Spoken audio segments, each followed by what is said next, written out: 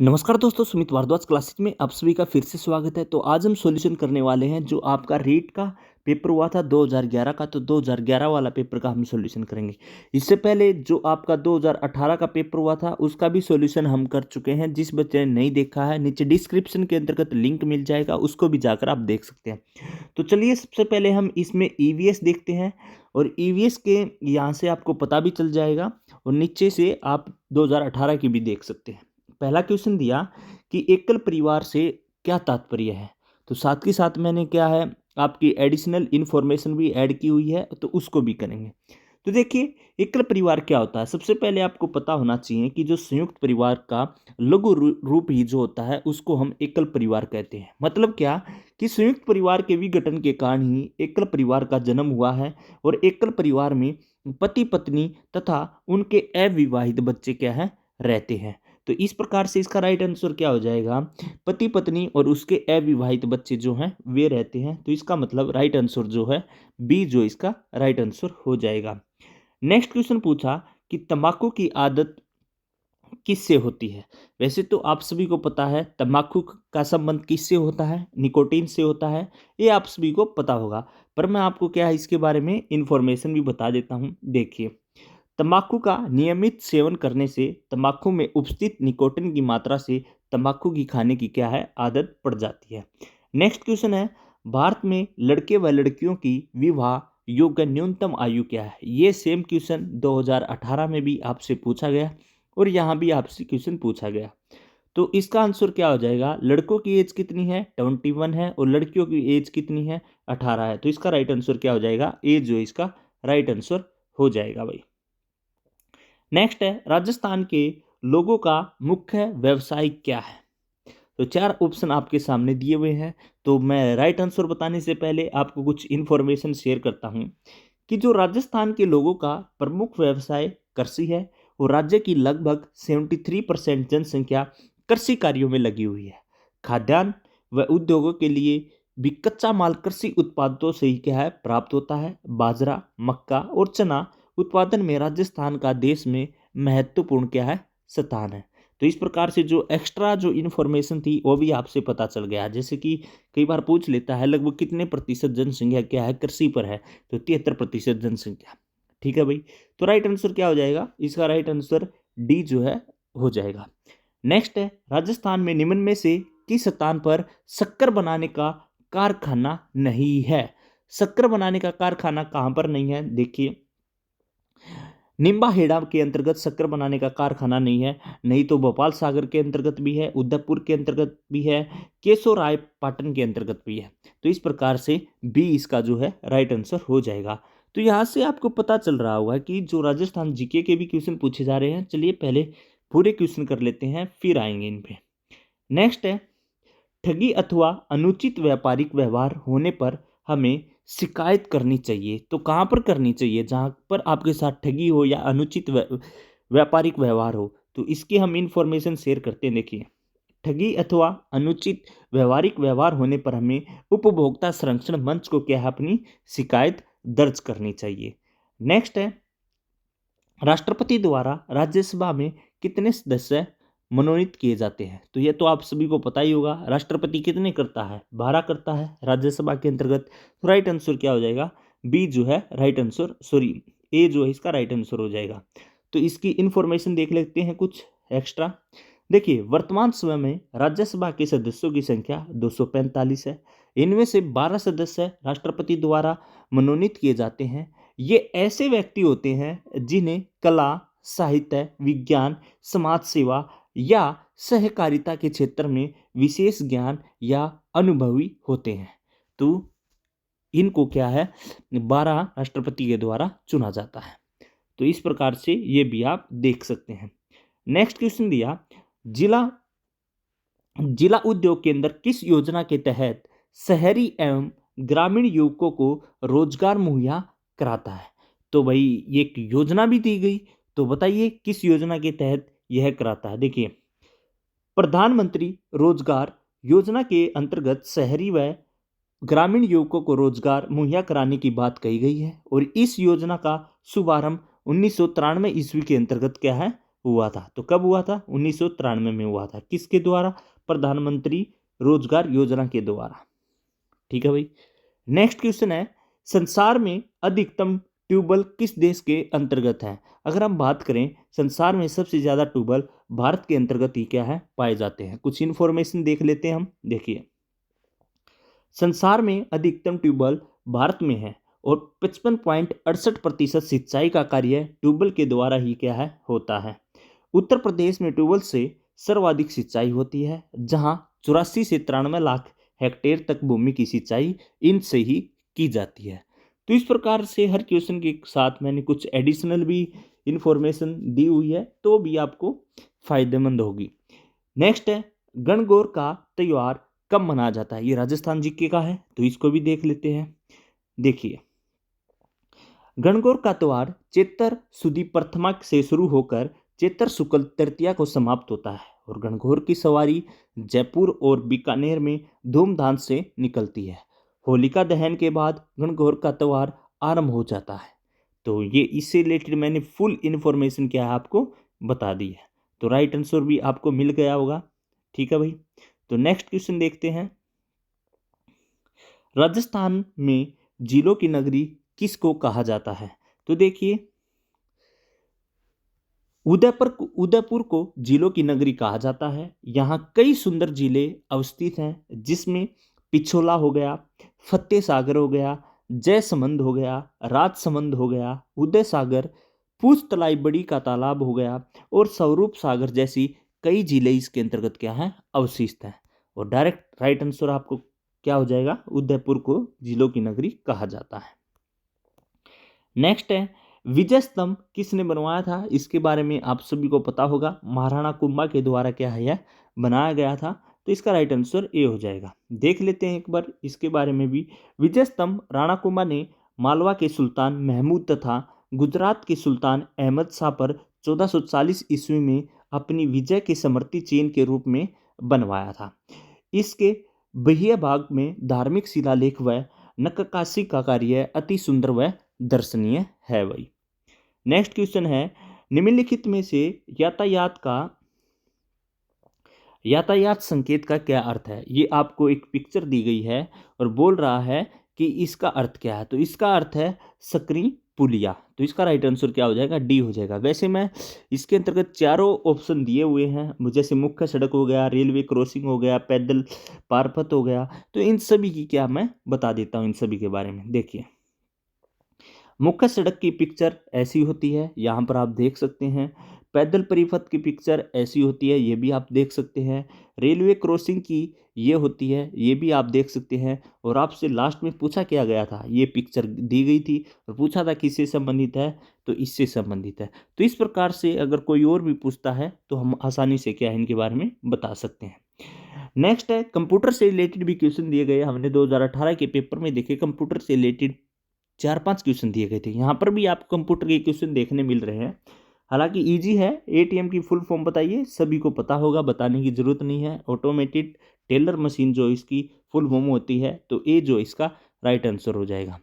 Next है, computer के माध्यम से भेजे जाने वाले संदेश को क्या कहते हैं? आप सभी को पता है, आजकल तो सभी के घर में कंप्यूटर है भी। उसके द्वारा हम जो संदेश भेजते हैं उसको क्या कहा जाता है? हम ईमेल के द्वारा ही तो सेंड करते हैं। तो इसका राइट आंसर क्या हो जाएगा? ईमेल जो इसका राइट आंसर हो जाएगा। तो इसका आंसर क्या हो जाएगा? सी हो जाएगा। ठीक है। हालांकि वर्तमान में संचार के क्षेत्र में आई क्रांति से अधिकांश लोग संदेश भेजने के लिए कंप्यूटर का प्रयोग करने लगे हैं और कंप्यूटर से भेजे जाने वाले संदेश को हम क्या कहते हैं? ईमेल बोला जाता है। नेक्स्ट है, डेंगू रोग का वाहक कौन होता है? हालांकि इसके बारे में मैं आने से पहले आंसर बता देता हूँ। ए जो है एडिस मच्छर होता है, पर इसके बारे में कुछ डिटेल बताता हूँ आपको पहले। देखिए, डेंगू रोग का वाहक एडिस मच्छर होता है। यह एक विषाणु जनित रोग है। कई बार आपसे पूछ भी लेगा यह किस प्रकार का रोग है। इसे हड्डी तोड़ बुखार भी कहा जाता है।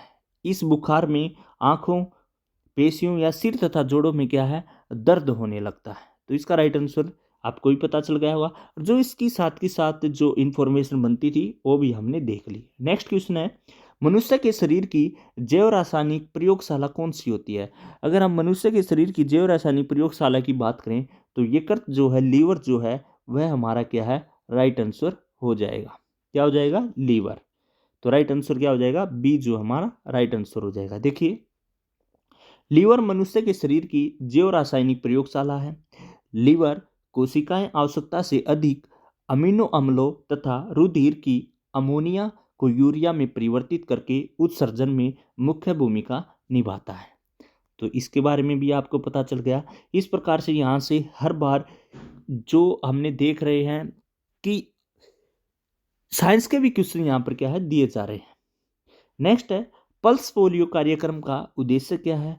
जो पल्स पोलियो कार्यक्रम है, पोलियो का संपूर्ण उन्मूलन करना ही क्या है, इसका उद्देश्य है। तो राइट आंसर क्या हो जाएगा? सी हो जाएगा। हालांकि इसके बारे में डिटेल्स बता देता हूं आपको। देखिए,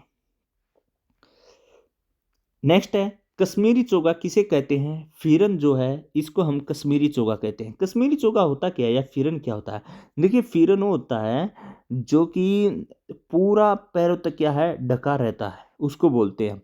देखिए, यहाँ पे दिखा देता हूँ।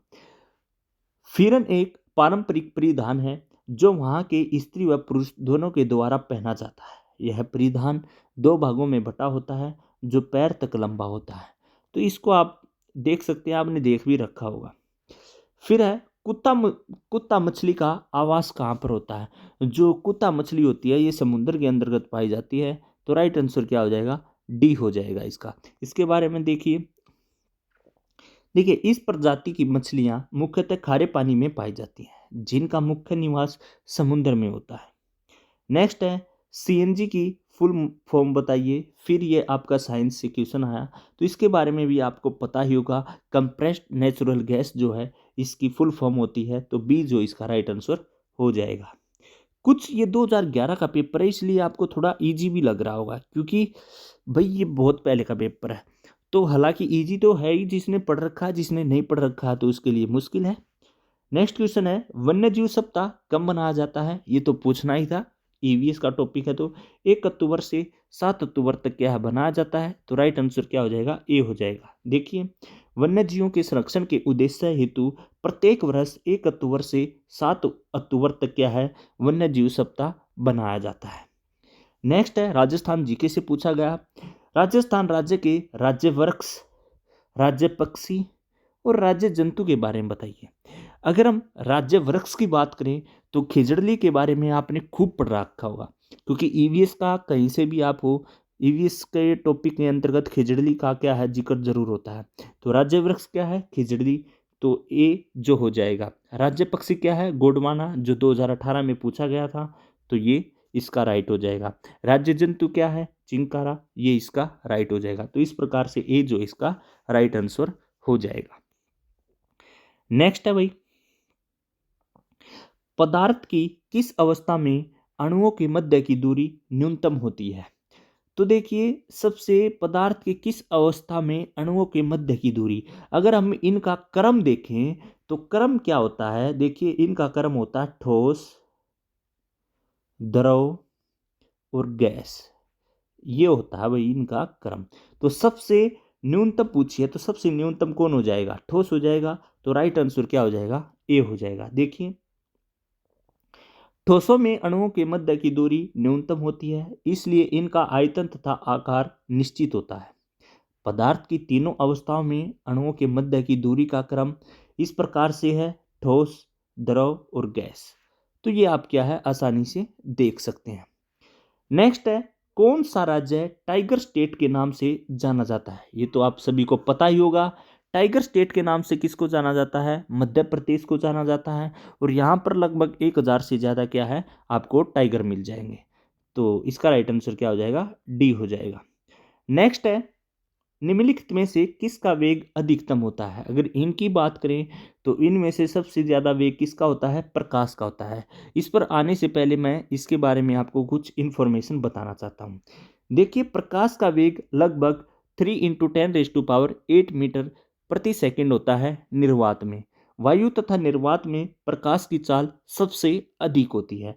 सूर्य प्रकाश को पृथ्वी तक पहुंचने के लिए, सूर्य के प्रकाश को जमीन तक आने के लिए आप सभी को पता है कितना समय लगता है, 8 मिनट 19 सेकंड का क्या है समय लगता है।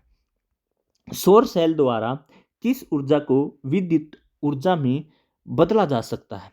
तो इसका राइट आंसर क्या हो जाएगा, सी जो है प्रकाश ऊर्जा, जो इसका राइट आंसर हो जाएगा इसका भी भाई। कैसे देख लेते हैं। देखिए, सौर सेल एक ऐसी युक्ति है जो प्रकाश ऊर्जा को एकत्रित करके उसे विद्युत ऊर्जा में परिवर्तित कर देती है। इसका उपयोग कैलकुलेटर हो गया, घड़ी हो गया या आदि यंत्रों के द्वारा या यंत्रों में किया जाता है। तो यहाँ से साइंस के क्वेश्चन आपको दिखने को मिल रहे होंगे, 7-8 क्वेश्चन साइंस के जरूर मिल रहे हैं आपको। नेक्स्ट है, हवा में सर्वाधिक मात्रा में पाई जाने वाली गैस कौन सी है? हालांकि इसका आप सभी को पता है, फिर भी मैं आपको इसके बारे में इंफॉर्मेशन दूंगा। देखिए, हवा में विभिन्न गैसों का मिश्रण, नाइट्रोजन कितनी होती है? 78.07% होती है। ऑक्सीजन कितनी होती है? 20.93% होती है। कई बार इसको 21% भी लिखा मिल जाएगा। कार्बन डाइऑक्साइड कितनी होती है? ये भी आपको पता चल गया। और आर्गन कितनी होती है? 0.93 जो है ये परसेंट होती है। हालांकि कार्बन डाइऑक्साइड ये यहाँ पर क्या है, गलत है भाई, ठीक है। कार्बन डाइऑक्साइड यहाँ पे मिसप्रिंट है। नेक्स्ट देख लेते हैं। नेक्स्ट है, ऊर्जा का नवीकरणीय स्रोत क्या है? तो ऊर्जा का नवीकरणीय स्रोत, सबसे पहले आपको पता होना चाहिए नवीकरणीय क्या होता है। देखिए, नवीकरणीय ऊर्जा, ये ऊर्जा के वे स्रोत हैं जिनका प्राकृतिक रूप से दोबारा से प्रयोग कर सकते हैं या जिनका मानवीय प्रयासों से पुनर्स्थापना किया जा सकता है, जैसे सौर ऊर्जा, पौधे, गोबर गैस। ये क्या है, ऊर्जा के नवीकरणीय स्रोत है। तो इसका राइट आंसर क्या हो जाएगा, पौधे जो इसका राइट आंसर हो जाएगा। ओजोन परत मिलती है, तो ओजोन परत किस में मिलती है? तो इसके बारे में तो आपको पूरा होना चाहिए, यहाँ से टॉपिक आता है। देखिए, ओजोन परत स्ट्रेटोस्फेयर में मिलती है। स्ट्रेटोस्फेयर को हम समताप मंडल भी बोलते हैं और समताप मंडल की ऊंचाई 18 से 32 किलोमीटर तक होती है। इसमें ताप समान रहता है और इस मंडल में वायुयान उड़ाने की आदर्श दशा क्या है, पाई जाती है। तो इस प्रकार से जो 2011 में क्वेश्चन पूछे गए थे वो आपके क्या है मैंने करवा दिए हैं, और 2018 का पेपर भी मैंने डाल रखा है। जिस बच्चे ने नहीं देखा है, नीचे जाके डिस्क्रिप्शन में लिंक है, वहाँ जाकर भी देख सकता है। एक पेपर और बचता है आपका 2016 का, वो भी मैं डाल दूंगा, वो भी आप वहाँ आसानी से देख सकते हो। तो थैंक यू स्टूडेंट, मिलते हैं नेक्स्ट वीडियो में। धन्यवाद।